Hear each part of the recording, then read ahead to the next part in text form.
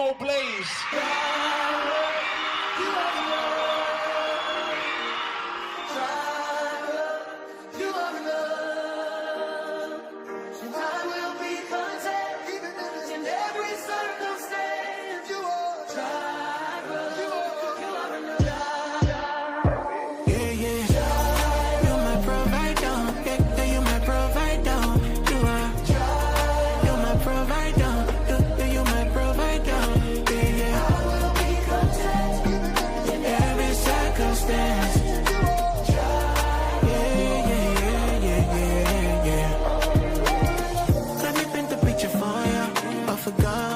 Can't afford you, but still it pours up lavishly upon you. It makes His love shine so bright upon you. I will be content, cause I know you would never fail me.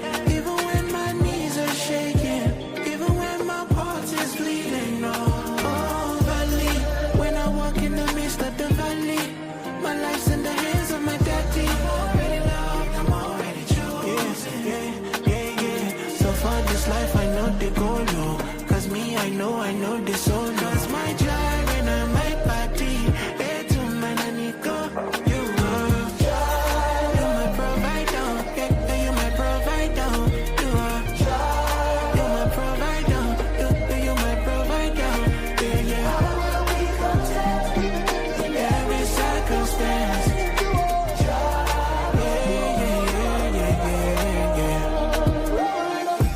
Jehovah Jireh. You give me peace, you give me purpose, my provider. And when my enemies surround me, got me tied up. When they throw me in the pit inside the fire, you are my God and my King and my Father. Light to my path in the darkness, hope in my heart when they heartless. Father, you reach out and caught us. You're the lover of my soul, love is flawless. They don't understand my God is keeping me high, I know they go low. Cause me, I know they solo. Cause my gyre and I my body. There to my Nico, you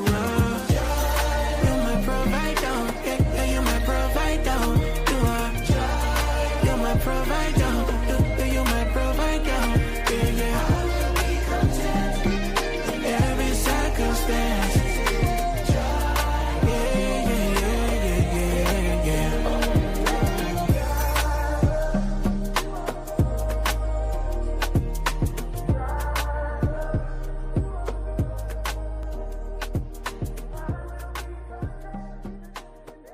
Welcome to the All Love Us community, where we created a safe space because God doesn't discriminate. Join our morning inspirations every day at 9 a.m. Central Standard Time on TikTok at BigStud_G. Join our Studdish panel where we have necessary conversations to eliminate toxic masculinity. Look forward to our ALU podcast every Thursday at 2 p.m. along with other exciting brands, hats, and apparels. Be patient with us. Although we're new, there's so much more coming to the family. Are you ready for the ride? Welcome to ALU.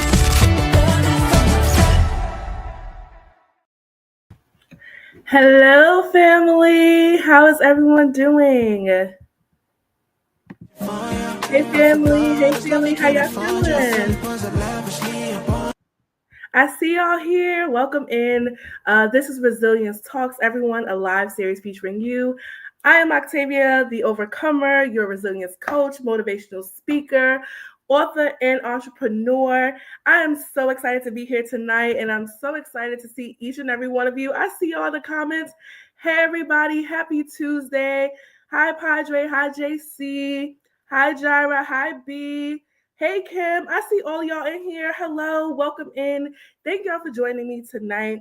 Again, this is Resilience Talks, a live series featuring you. So for those of you who have not been on here, or this is your first time, welcome in.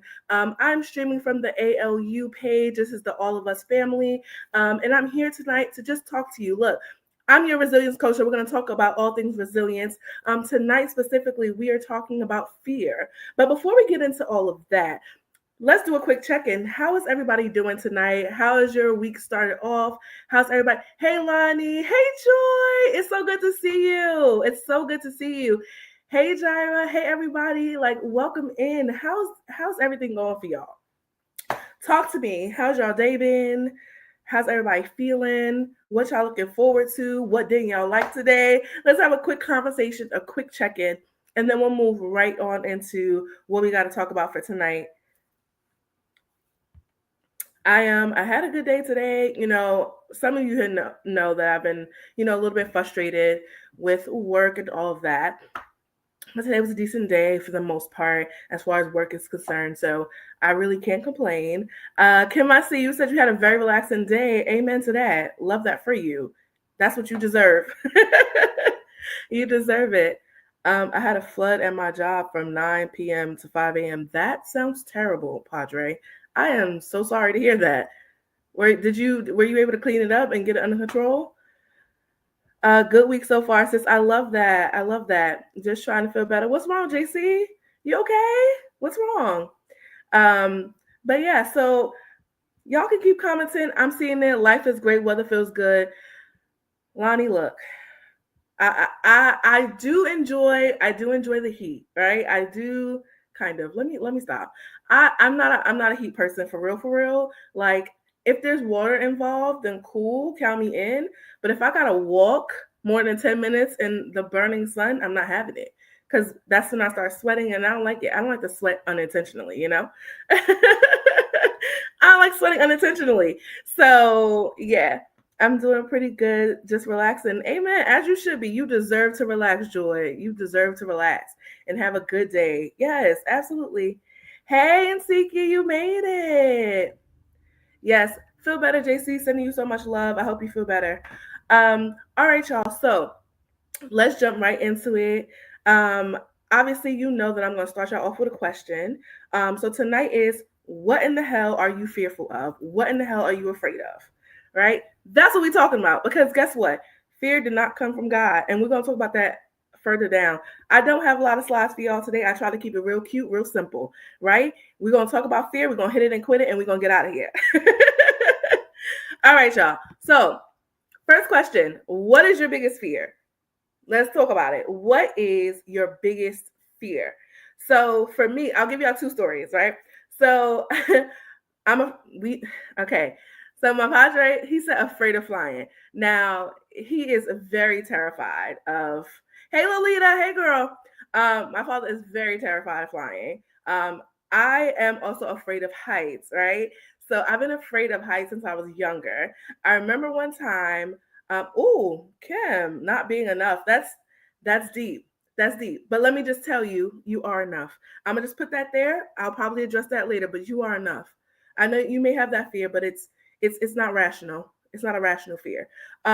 Failure. That makes sense. Yeah. Biggest fear. I love that. I love it. Keep it coming, y'all. Keep it coming. Keep talking to me.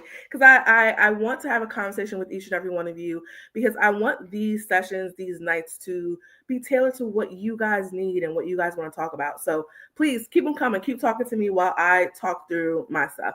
So as a kid, right, as a kid, my dad and I feel like it was my aunt too, and they took us to this fair. So it was myself, my brother, and a few of my cousins.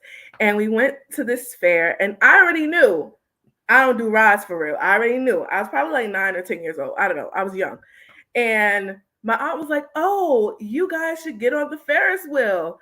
And I was like, I'll do it. Even though I knew I didn't really want to do it, because I knew I was scared. And so I was like, I said I would do it, but then I got up there and I seen how high the Ferris wheel went. And I was like, actually, I don't think I'm going to go. Like, I don't think I'm going to go. But my aunt, she really, really pushed me to do it. And so I'm like, okay. So now I'm on this ride with my cousin, and I am literally shaking. Like, yeah, it's scary. That is scary. The Ferris wheel is scary. I am literally shaking, like visibly shaking on this Ferris wheel, because I know, is the Ferris wheel the one that rocks with the chairs, or is it the stationary one? Whichever one is the one that you rock. I know it's a Ferris wheel and then they call it something else, but whichever is the one with the rocking chairs in the circle that go all around, that's the one I was on. And so I didn't know the chairs were going to start rocking. So I'm on here like, scared and shaking. And then the chair starts rocking as we're going up. And when I tell you, my heart literally dropped. We went around, we got to the top, and we just sat there for a little bit. And I'm like, this is like, please get me down. Like, please get me off this thing. So by the time we came down for the full rotation, I was literally screaming, crying to get off this ride. So they had to stop the whole ride and let me off. I don't do heights, right? I don't do heights. It's one of my biggest fears, but I do like to fly. So I don't know how that works, but I guess after doing it and getting on the Ferris wheel and putting myself in positions where I have to fly, it's like, okay, now I'm okay flying on an airplane. But heights is one of those things that I'm really afraid of. And then I'll give you another story. So I remember when, for those of you who don't know, I'm a heart transplant recipient. And so before I received the new heart, I had to go through all these different things, right? And one of the things that I went through when I was younger was I was in a coma. And so I remember it was a self-induced coma. It wasn't because, I got hurt and went into a coma. The doctors put me in one so that I wouldn't move and, the blood clots wouldn't travel and just to protect me. So I remember, hey, Drea, I remember, no, you're not late. You're right on time. So I remember when they were kind of like taking me out of the coma, I remember that I had kind of woken up a bit. And obviously, like, I couldn't open my eyes or move my body, but I was awake, like conscious. And I remember being in complete darkness because I couldn't open my eyes. I couldn't see anything. And I'm like trying to move my body. And I'm like, what is happening? And I just remember that being the absolute scariest feeling in the world. And so that translates for me to being stuck. I have this fear of being stuck, whether that's physically stuck. I'm not super claustrophobic, but I don't like to be stuck in a place. I don't like to be stuck in, just in metaphorically in life. If there's no growth, if there is no progress, if I can't change course or do something different, where I feel stuck, I tend to be frustrated. And that's a fear of mine that I won't ever grow or that I won't ever evolve. So that's been my biggest fear. And so a lot of the things that I talk about is progress. And a lot of things that I talk about is moving forward and not letting things hold you back and not letting the chains of your past hold you back. Because one of my biggest fears is not being able to move forward or to progress or change or evolve. But I do see y'all in the comments. Kim, don't look down and don't. I don't even sit by the window when I'm on a flight. I always get the aisle seat. I know y'all like the window because y'all can put your heads there, but no, not for me. Failure. Yeah, a lot of us are afraid of failure.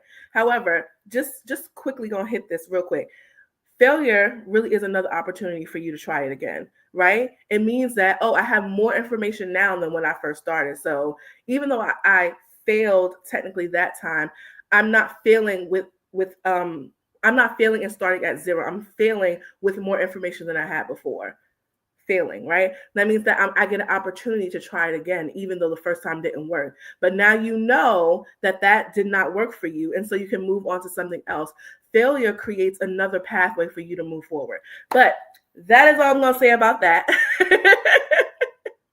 That is all I'm going to say about that. So tonight we're going to talk about fear and what it actually is. And then, we'll go through some other stuff. So let's get right into it.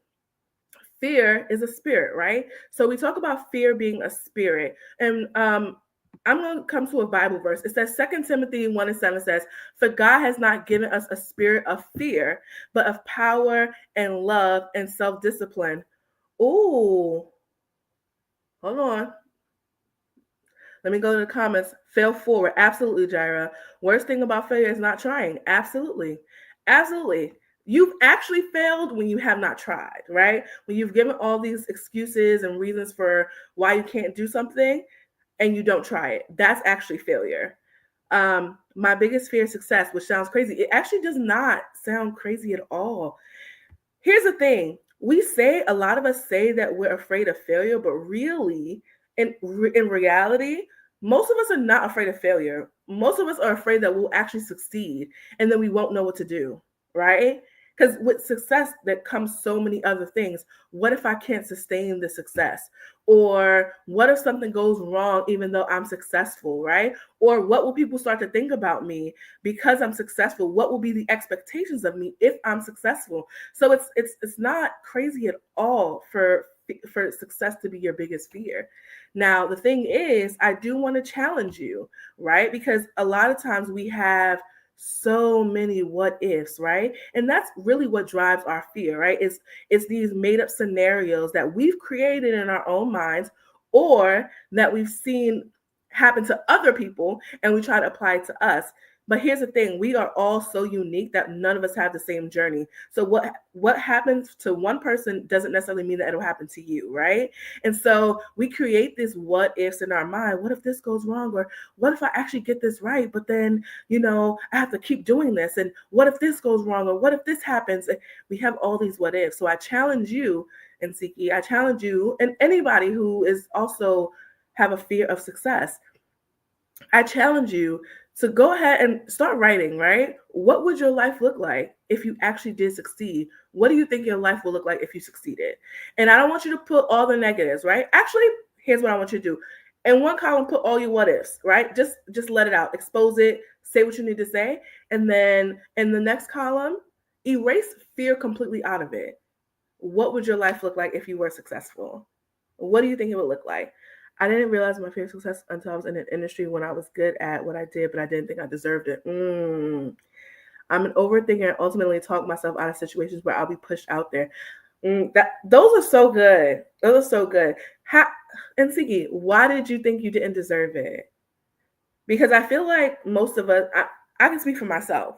I know that when things go right, sometimes in my life, I think, dang, I don't even deserve this. Or I'd be like, dang God, like, why are you blessing me? I ain't even talk to you today. I didn't even pray to you today. Or I've made so many mistakes in my past that I couldn't possibly have this right now. I couldn't possibly be good at something. I couldn't possibly be deserving of a blessing as such as this, right? I couldn't possibly be deserving of a gift such as this. And so and that's what we tend to do, right? We tend to say, oh, I don't think I deserve this, or I'm not worthy of this.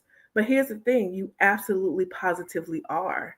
You absolutely positively are. That goes back to what we talked about last week, right? Because I didn't think highly of myself back then. Self-esteem was in the gutter. Girl, the gutter, okay? All the way in hell. I know, girl. I know, because I've been there, right? Hey, sis. Hey, y'all.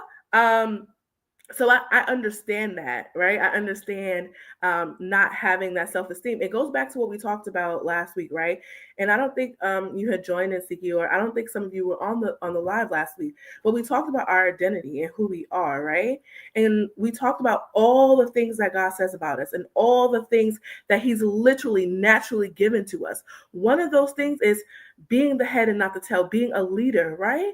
And being royalty and being confident and being more than a conqueror. And so while sometimes we don't have that self-esteem, we have to build ourselves up so that when we get in positions to be successful, right? Even before we get into positions to be successful, we know who we are. And when we know who we are, we won't compromise who we are. We won't compromise our quality of our work. We won't compromise any of that because we know who we are, we know our value, and we know our worth. And so that's something that we all have to work on as far as like confidence and knowing who we are, our self-esteem, me included, right? Because not knowing or having a distorted view of who you are because other people have said this about you, because you've said things about yourself, negative things, right?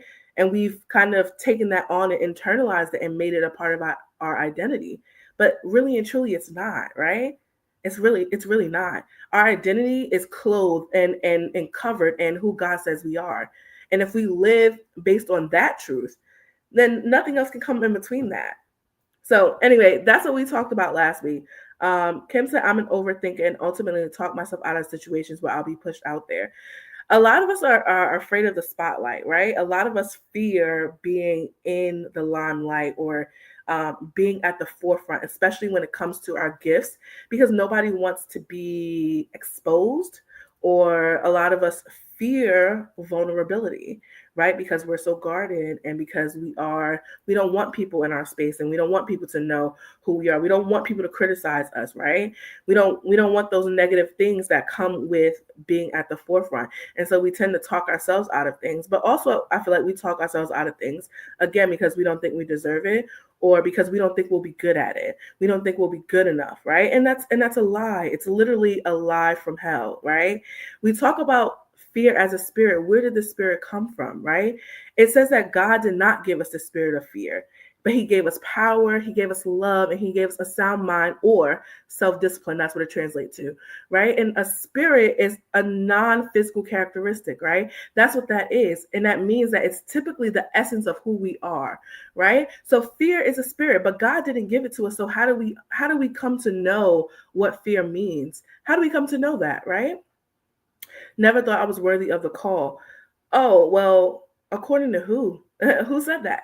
Right? We talk about who was saying these things to you. Like, where did you get it from? And a lot of times we get that spirit of fear, right? That spirit, that thing that we can't necessarily see, but we get that thing, that spirit from teaching, from people who have taught us, false prophets, church leaders who have taught us to fear God, but not fear him in a way of reverence, right? Because fear can also mean reverence. So not fear God in terms of reverence, but fear him and be afraid of him, right? And that's what we've been taught. And all through our life, even as a baby, they tell you, oh, don't do this. Like they say that the baby hears the word no several more times than they hear the word yes, which is why they can pick up on the word no so quickly, which is why no is one of those first words, because we've been taught to fear things, right? Oh no, don't touch that because it might hurt you. No, don't do this because it might hurt you this way, or it might do this to you, right? We've been taught how to fear. A lot of us will take on fears from our parents, right? Because our parents were afraid. And so we'll begin to take on those fears too, and we'll instill them into our children and the generations moving forward, right? Because we've taken it on. We get this spirit of fear from people who teach it, from people around us, from the environment around us, right? That's where we get it from. And so it says that, but God did not give us that, right? So we had to get it from somewhere else, right? So knowing the source of your fear is the first part, right? Knowing that it's not from God, that's it. That's all you need to know. It ain't from God, so we don't need it, right? We don't necessarily need this spirit of fear, right? But he's given us power. Why has he given us power? Because a lot of time, fear is us feeling like we're losing control. A lot of us fear things because we feel like we're losing control of a situation, or we feel like we don't know what's going to happen. So we're not in control, but God has given us power. And what is power? Power is influence, to do something, right? It's to be able to move something, to change something, right? That's power. And we have it because God has already given it to us. So when we have the spirit of fear, we literally have the power to conquer the enemy of fear, right? We have that power. He also given us love. A lot of times when we're fearful, especially in relationships, right? We don't, and I don't mean just romantic relationships. I mean in platonic relationships.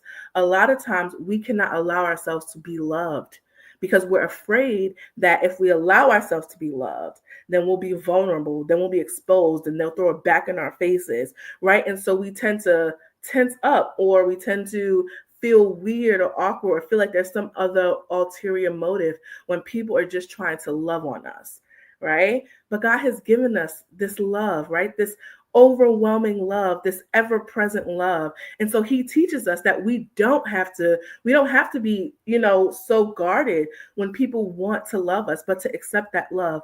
That comes from my upbringing. People have always had input on my movements. When I had trouble, it pushed on me that I was no longer worthy of the call. Since learning more of myself and my gifts, absolutely. It comes from, right? This comes from other people, that fear, right? People saying things about you, you internalizing that. Right? If your parent says something, if someone of a high status says something about you, something negative about you, or somebody we looked up to, somebody we thought was, just so wise, if they said something negative about us, typically we tend to internalize it because those are the people who should know us the most, right? Those are the people who should know us the best. And so when they say things about us, it's easy for us to be like, oh, well, maybe I'm not worthy. Maybe I'm not great. But what they say has nothing to do with you, right? It has nothing to do with who you are and who God called you to be. You will always be worthy of the call. Yeah, I don't believe that anymore, but it is a struggle. Absolutely. It absolutely is a struggle, right? It absolutely is a struggle. And again, that's just you having, one, know who you are, You talking to yourself, right? Now, I tell people all the time, it's okay to talk to yourself. I don't care if they say it's crazy or not, but we can talk ourselves the same way we can talk ourselves out of something, we can talk ourselves into something. We have that power, right? And so if we have that power, talk yourself into the goodness of God, talk yourself into the blessings of God, talk yourself into that success, talk yourself into all of those good things that you deserve, rightfully so, right? The Bible says that God came that we might have life and have it more abundantly, not for us to be here, afraid and not doing what we're called to do, right?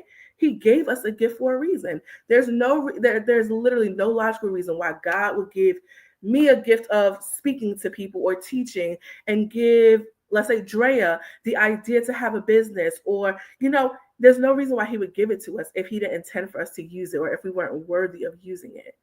No reason. It's for his edification, right? It's to bring glory to him. And so if you live in that spirit of fear, then you'll never accomplish what God has desired for you to accomplish, right? You'll never do what God has called you to do, because you're stuck. You're stuck in that spirit of unknown, right? You're stuck in that spirit of fear. All right, y'all. He also said of self-discipline. And what does that mean? Or a sound mind, right? What does that mean?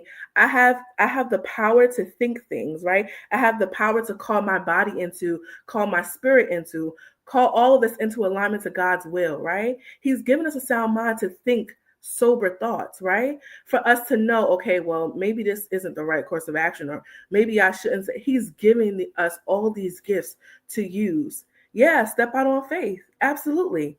He's given us all these gifts to use, right? And so fear is a spirit. It's not something that came from God. Let's talk about fear as a mental frame, right? And so again, this is what we've been talking about, how sometimes we can talk ourselves into things or talk ourselves out of it.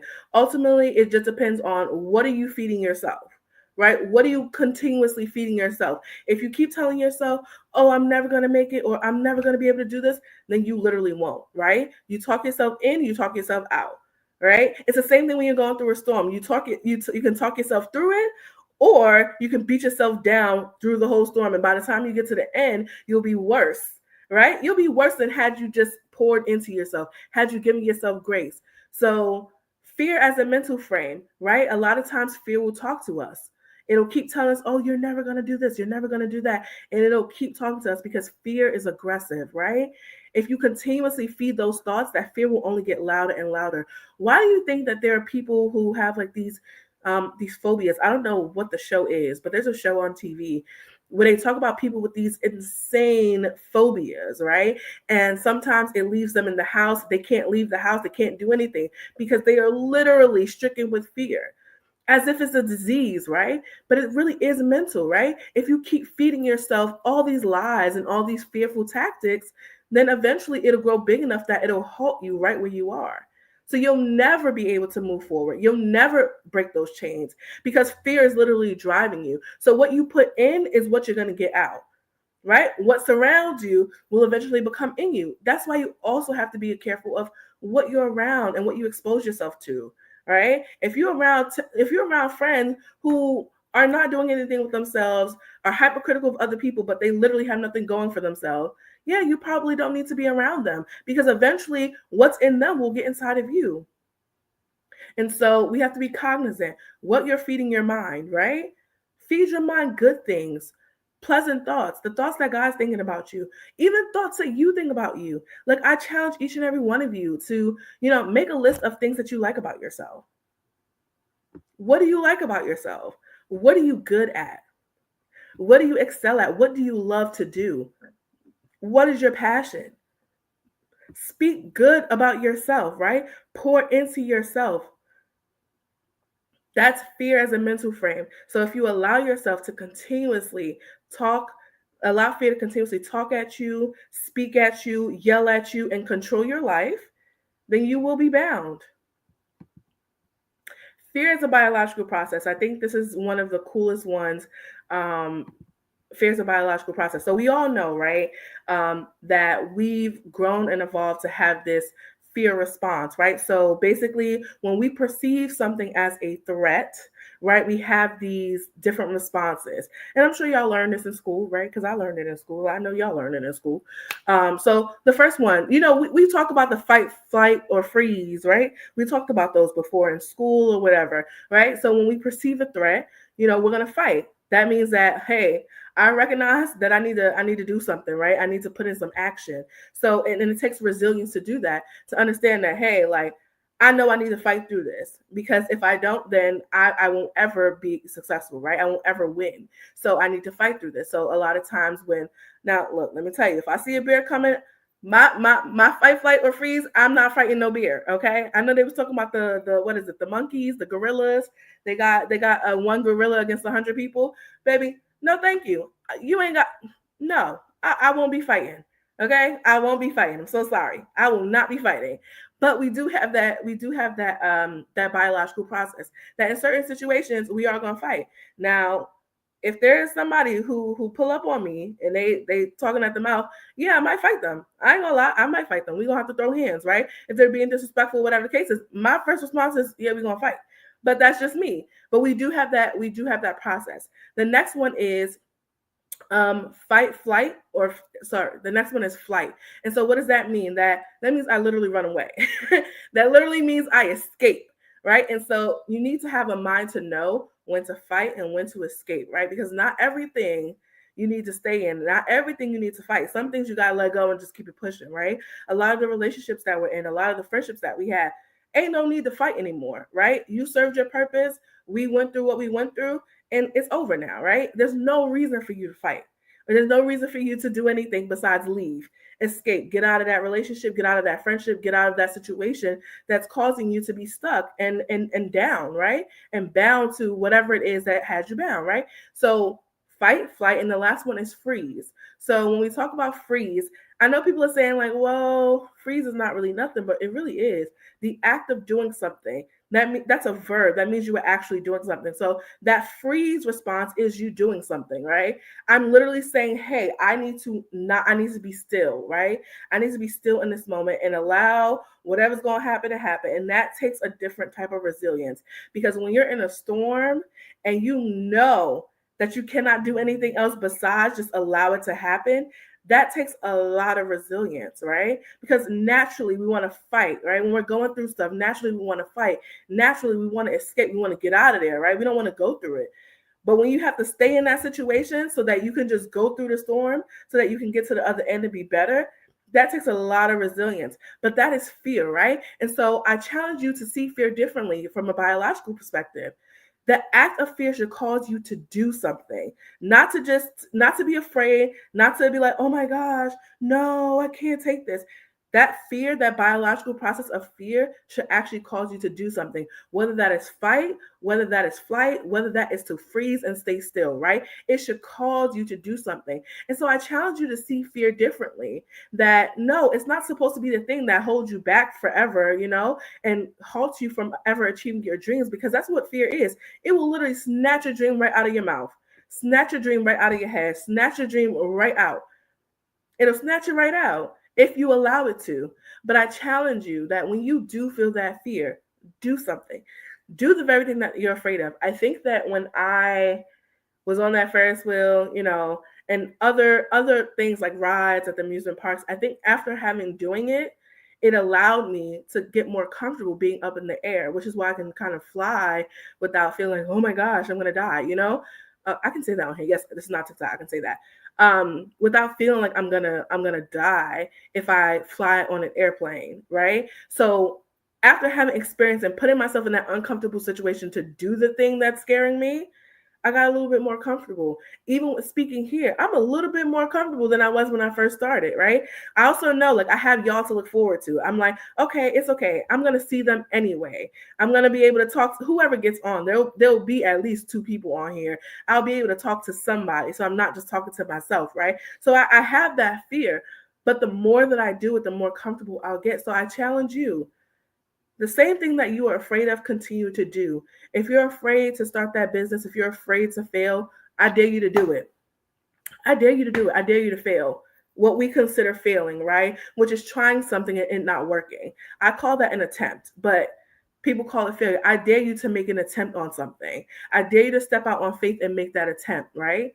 So that you can see that, hey, even if this doesn't work, I also know that, hey, I learned something in this process and I could do something else now. I can try and I can make another attempt, right? Something completely different than what I did before. And maybe that will get me to my desired goal.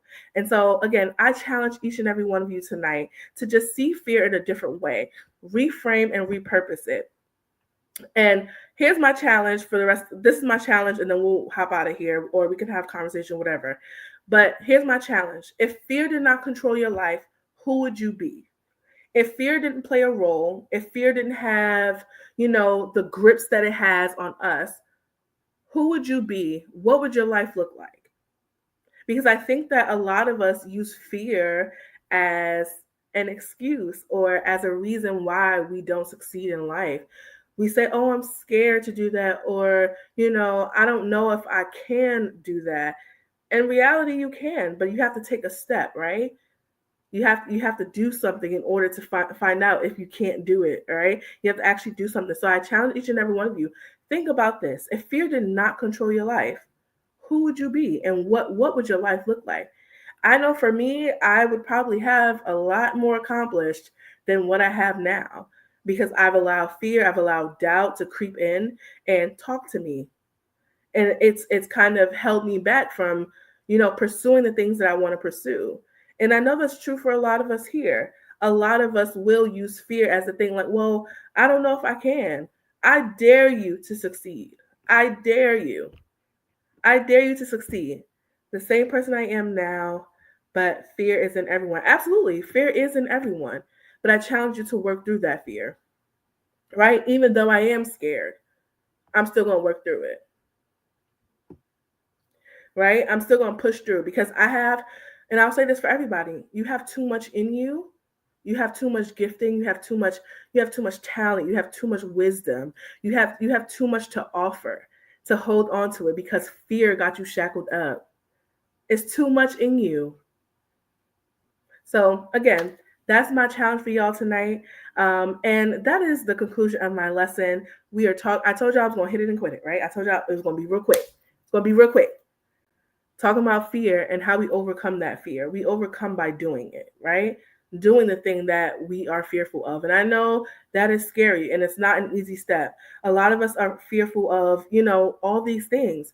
But I promise if you make a step and take another step, I promise that you'll be further than when you were before, right? And that means progress, which means that fear is not holding you back and fear isn't stopping you.